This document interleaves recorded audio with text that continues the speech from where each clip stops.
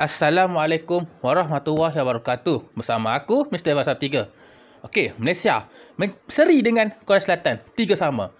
Gol Malaysia dijaringkan oleh Faisal Halim, Arif Aiman dan juga Ramil Morales. Okey, dari segi penguasaan bola, Korea Selatan lebih menguasai perlawanan. Dari segi formasi, Korea Selatan bermain dengan formasi 4-2-3-1. Manakala Malaysia bermain dengan formasi 3-4-3. Okey, gol Faisal Halim tu gol cerdik.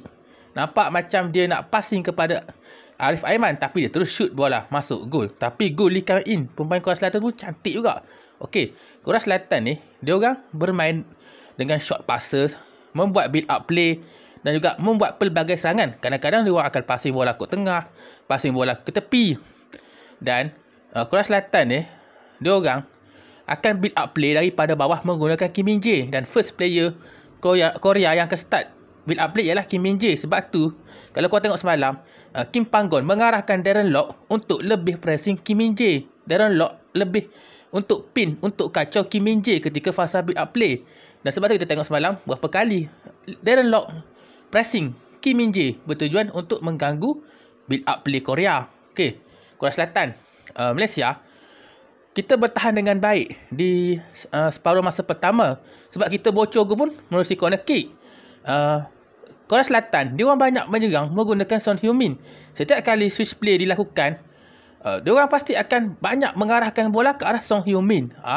Malaysia pula bertahan dengan compact dan menutup ruang, terutama kali bahagian tengah. Sebab tu Korea Selatan banyak switch play bola ke kiri, ke kanan untuk cuba merenggangkan compact play daripada Malaysia. Macam aku cakap tadi, Korea Selatan bila nak menyerang, dia orang akan ke tepi mencari Son Heung-min. Dan Son Heung-min adalah pemain yang akan gerakkan serangan Korea Selatan. Sebab tu Malaysia mengarahkan Daniel Ting yang berasal di right back untuk lebih kontrol Son Heung-min. Dan Daniel Ting berjaya mengehadkan pergerakan Son Heung-min untuk game semalam. Malah Darren Ting turut juga di backup oleh Dominic Tan dan juga Brandon Gunn. Jadi tiga pemain ni, Dominic Ting yang kontrol Son Heung-min, di backup dan di cover juga oleh Brandon Gunn selaku DM dan juga Dominic Tan selaku centre back, berjaya jugalah menghalang sebarang pergerakan daripada Son Heung-min. Sebab tu Son Heung-min susah nak bergerak semalam kerana dijaga ketat Daniel Ting dan di cover baik oleh Dominic dan juga Brandon Gunn. Okey, Malaysia, Korea Selatan juga, dia orang Lee Kang In, gol dia tu memang cantik, free kick tu. Lee Kang In ni adalah creativity hub bagi pasukan Korea Selatan. Dia banyak buat playmaking, dia banyak create chances dan dia juga banyak mencipta hantaran masuk dalam final third lawan. Dan Lee Kang In ni dia mengawal tengah dan dia lebih penciptaan peluang di midfield Korea Selatan. Okey, Malaysia ni di separuh masa kedua kita berani untuk mengambil pendekatan menyerang. Mungkin pendekatan menyerang kita ni tak seberani ketika bertemu Jordan, tetapi berani. Kenapa tiba-tiba Malaysia berani untuk bermain menyerang? Kerana Malaysia nampak ada ruang di belakang pemain Korea untuk boleh dimanfaatkan untuk counter attack. Sebab tu Malaysia berani jugalah untuk menyerang walaupun tak seberani ketika bertemu Jordan tempoh hari. Okey, Korea Selatan ni dia orang bertahan di garisan tinggi, dia orang main high line dan dia orang akan overload ramai player dia orang di kawasan Malaysia. Ini menjadikan ruang di belakang mereka tu terdedah dengan counter attack. Dan bila ruang di belakang tu terdedah dengan counter attack, tetapi disebabkan mereka ingin sangat menang, maka mereka terlebih menyerang dan leka dalam bertahan. Kim Panggon mungkin nampak kelemahan Korea di situ. Sebab tu dia mengarahkan juga pemain Malaysia kod mana pun counter attack dan cuba mencari gol. Dan di separuh masa kedua, boleh aku katakan Malaysia berjaya manfaatkan Korea Selatan yang highline defense dan overload ramai hingga menyebabkan kawasan di belakang tu terdedah. Akhirnya Malaysia perasan benda tu dan Malaysia berani ambil pendekatan untuk buat counter attack, dan hasil counter attack dan beraninya Malaysia untuk menyerang tu, akhirnya Malaysia dapat 3 gol. 2 gol daripada situasi counter attack dan 1 gol lagi situasi counter attack tapi membawa kepada sepakan penalti yang Arif Aiman skor tu kan. Jadi situ mungkin Kim Panggon nampak kelemahan Korea dalam highline defense dan overload player menyebabkan bahagian di pertahanan terdedah. Bayangkan semalam Kim Min-jae pun naik tinggi untuk build up play, untuk membantu dalam serangan dan juga untuk membuat passing kerana Kim Min-jae ni boleh buat long ball baik dan mempunyai hantaran yang bagus. Sampai dia semalam pun naik tinggi.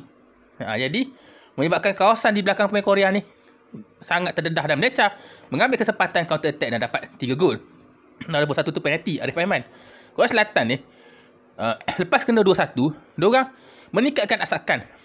Diorang banyak menyerang lah, dan masa tu lah kita tengok momen pasukan kita diserang oleh Korea Selatan dan akhirnya Korea Selatan satu kesilapan Malaysia lah dalam aspek bertahan lah, menyebabkan Korea Selatan dapat penalti dan akhirnya Son Heung-min menjaringkan gol.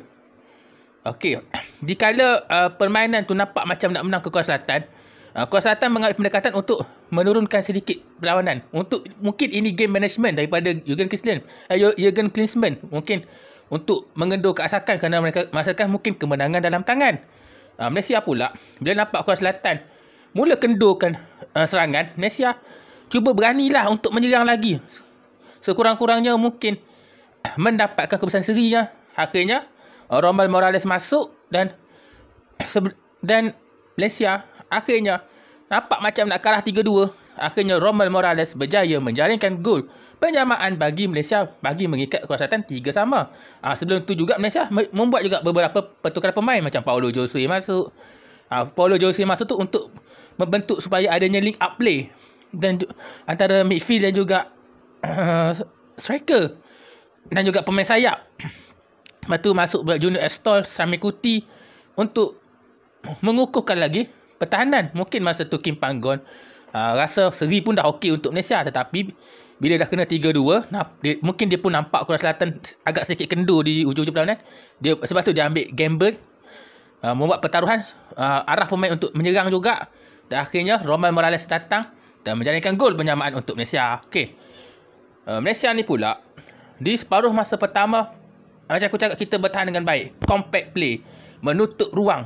Daniel Ting menutup ruang Son Heung-min, manakala Syarul Saad dan juga Dominic Tan sehabis baik cuba menutup akses hantaran dari terutama melibatkan Lee Kang-in yang playmakingnya bagus, menutup akses hantaran Lee Kang-in mencari striker Korea. Sebab tu di first half Korea kelihatannya control game tetapi susah nak beat player Malaysia dengan Dominic Tan dan Syarul Saad banyak buat interception, clearance, menang pertarungan bola yang sekaligus menyusahkan pergerakan serangan Korea Selatan terutama di separuh masa pertama.